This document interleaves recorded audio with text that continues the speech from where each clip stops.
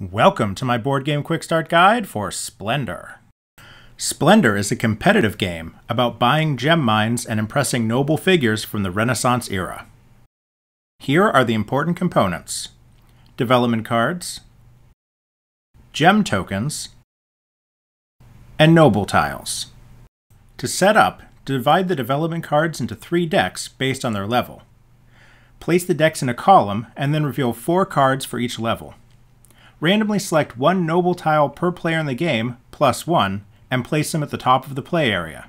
For example, in a 3-player game, you'd select 4 nobles. The other nobles won't be used in this game. Place the gem tokens in an easily accessible place. In a 4-player game, all of the gem tokens will be used. In a 3-player game, only 5 of each color will be available, and in a 2-player game, only 4 of each color, other than gold, will be available. You always play with all of the gold tokens. Now you're ready to begin. In Splendor, you win the game by scoring victory points, and you score victory points by buying certain development cards which have a victory point number on them, and by attracting the notice of an available noble by collecting the development cards listed on their tile. I'll explain how that works in a minute. The end of the game is triggered when any player reaches 15 or more victory points. When that happens, you'll complete the current round so that each player gets the same number of turns over the course of the game. The player with the largest number of victory points at the end of that turn is the winner. On your turn, you have 3 possible actions. When you've taken one of these actions, your turn is over and the player to your left takes their turn, and so on. I'll describe the 3 possible actions in detail. You can take gem tokens from the supply. This is what you'll do on most turns, especially at the beginning of the game. You may either take 3 tokens of different colors, or 2 tokens of the same color. However, you can only take 2 tokens of the same color if there are 4 or more tokens available of that color. For example, if there are 5 black tokens, you are allowed to take 2 of them. Place your gem tokens on the table in front of you. The number of gems you have is not a secret. However, if there are only 3 black tokens, you're not allowed to take 2 of them. But you still have the option of taking 3 different tokens, so you could take 1 red token, 1 white token, and 1 black token if you wanted. You cannot take gold tokens this way. You can't have more than 10 tokens in front of you at a time, so if you end up with more than 10 tokens, you'll have to discard some until you only have 10 left. You choose which tokens to discard, so you could effectively exchange tokens of one color for another color by doing this. After you're done taking tokens, your turn is over. You can reserve a development card. You can take any one card from the table, from either among the face-up cards, or face-down from the top of one of the decks. Other players are not allowed to buy a card that you've reserved, but you have the option of buying it any time you would normally buy a card. When you take a card into your hand, you also take one of the gold tokens. Gold tokens act like a wild card and can be used as any color. You should keep this card face down in front of you, and can keep it a secret from other players. You have a limit of 3 cards you can hold in your hand at a time, and the only way to get cards out of your hand is to buy them for their cost. There is no penalty for ending the game with cards still in your hand. Whenever a card is removed from the table, either by being bought or reserved, it's immediately replaced from the appropriate deck. After you have reserved a development card, your turn is over.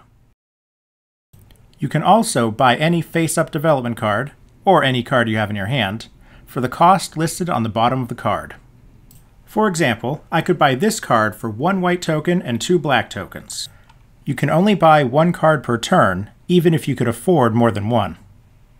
Place your purchased development cards face up on the table in front of you. These cards are not a secret. After you have bought a development card, it will give you a discount on every future purchase. For example, if you had these cards and tokens in a future turn, you would be able to afford this card, which normally costs 2 white tokens and 1 blue token, because you have 2 white tokens and a blue development card. Each development card gives a discount of 1 gem token, but development cards are never used up.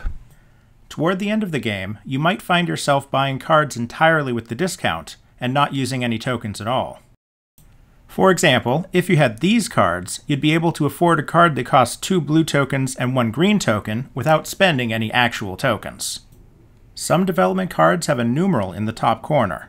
These cards are worth victory points. This number does not change the discount you'll get when you're buying a new card.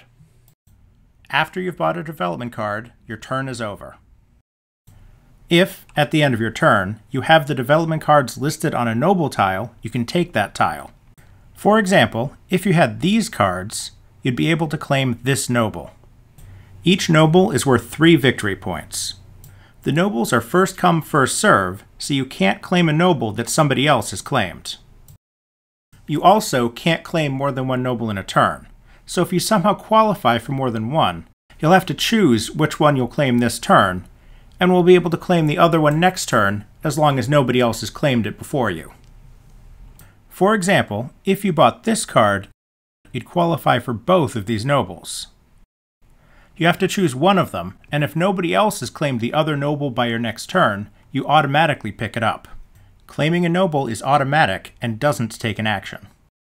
When any player has reached 15 points, the end of the game is triggered, meaning that the current round is also the final round. Every player between the current player and the one who started the game will get one last turn, so that everybody gets the same number of turns over the course of the game. Then it's time for the final scoring. Each player adds up the number of victory points on their development cards and their nobles. In this example, I would have 16 points, 13 for development cards and 3 for my noble. The player with the highest score is the winner. This isn't always the player who triggered the end of the game. This has been a board game quick start guide for Splendor. Refer to your manual for additional information and clarification, and don't forget that the most important rule is to have fun.